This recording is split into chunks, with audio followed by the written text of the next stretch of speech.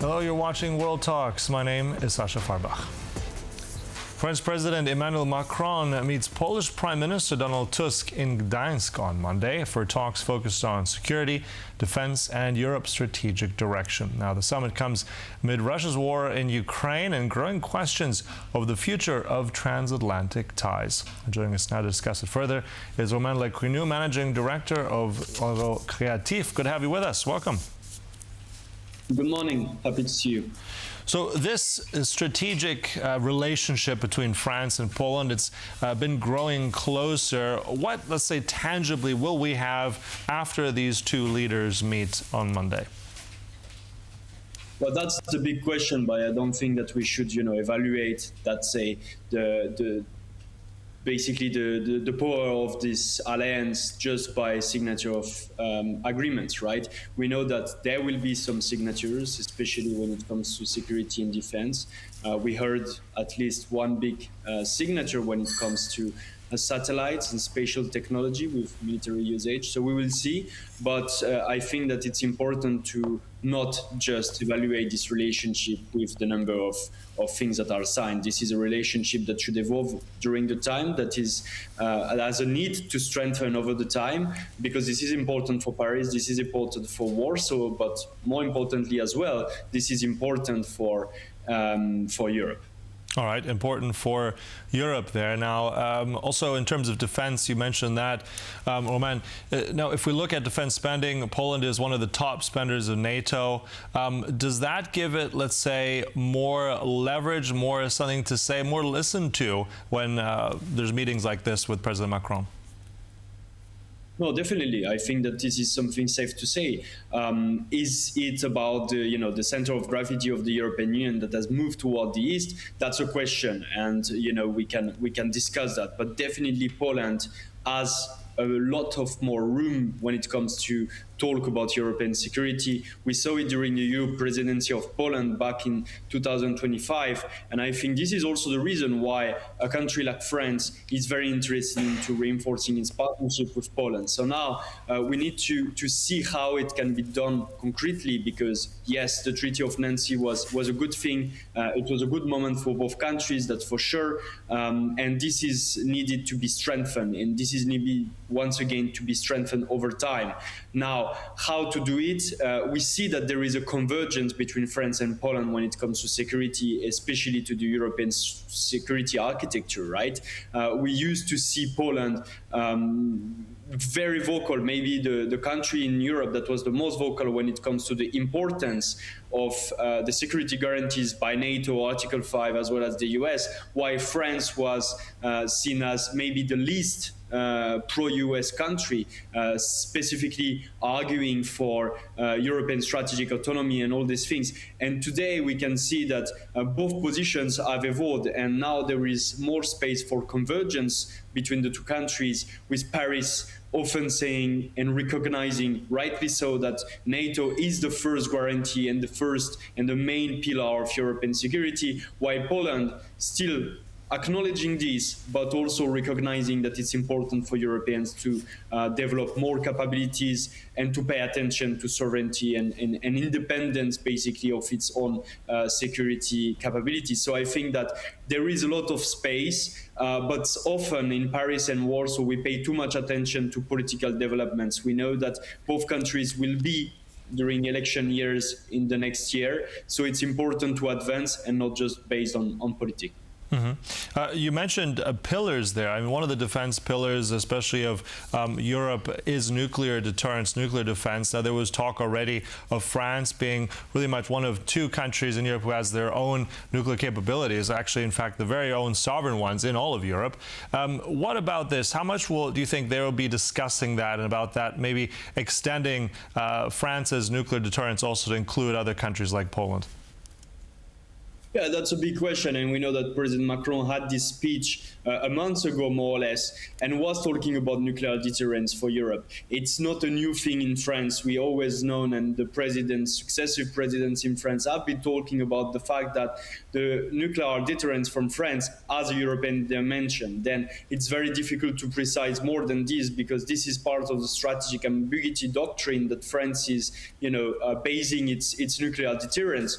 But what we know is that there is much more cooperation with a few allies.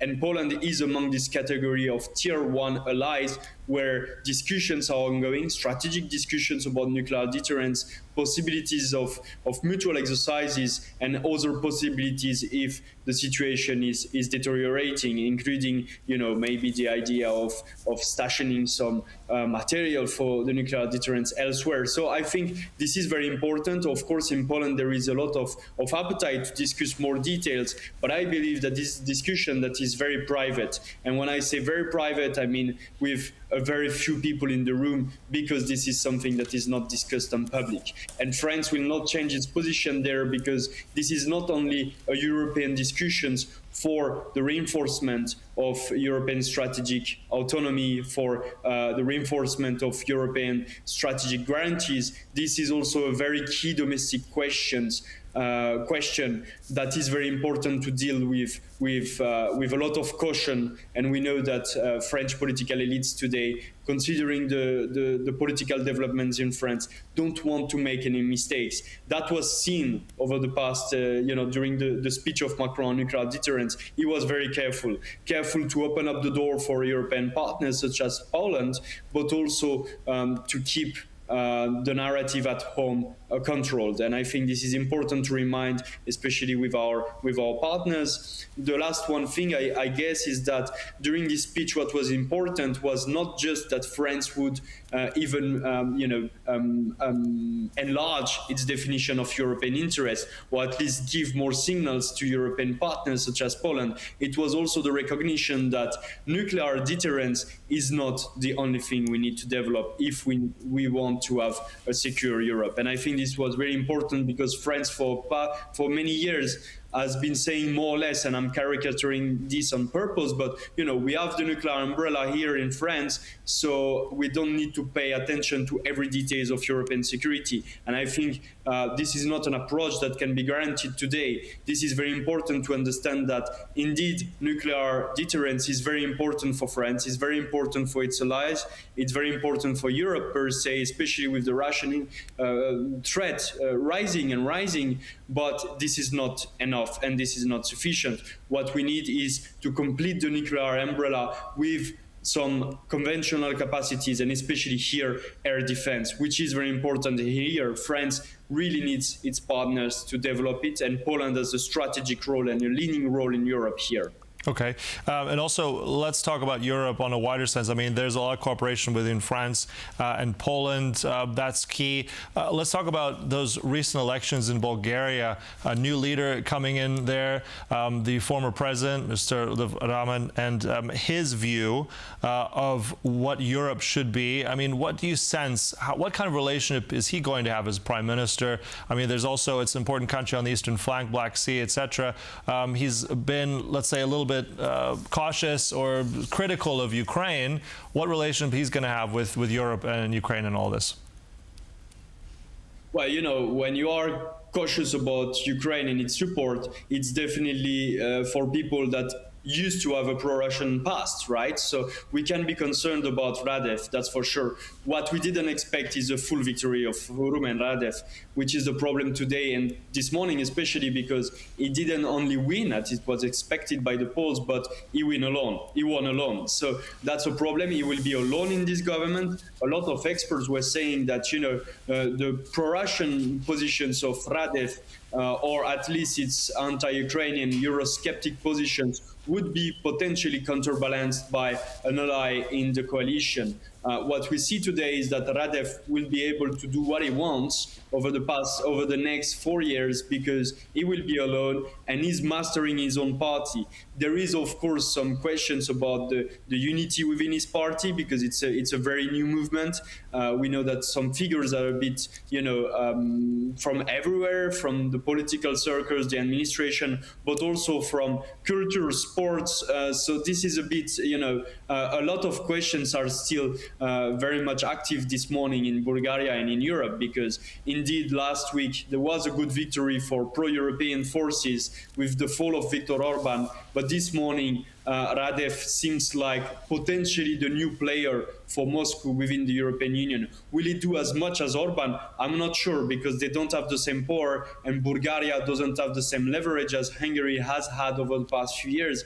But we can definitely say that Radev and Bulgaria can have some consequences on Europe and its development within, especially if Radev seems to be the guy that has more maneuver than expected. And here we can talk about indeed sanctions. Radev already said that he was not really in favor of just cutting all relations with Russia, that he believes the dialogue is needed. We can talk about EU enlargement. That's for sure that Radev will play a role here. We know that Bulgaria has been, quite into the highlights about these kind of questions with its veto towards North Macedonia over the past few years. And this is also about military support to Ukraine. And here we don't know exactly what will be the position of Radev, because on the one side, he's been very clear that he's not in favor of supporting Ukraine. In the same time, it's a lucrative business for Bulgarian companies. So let's see.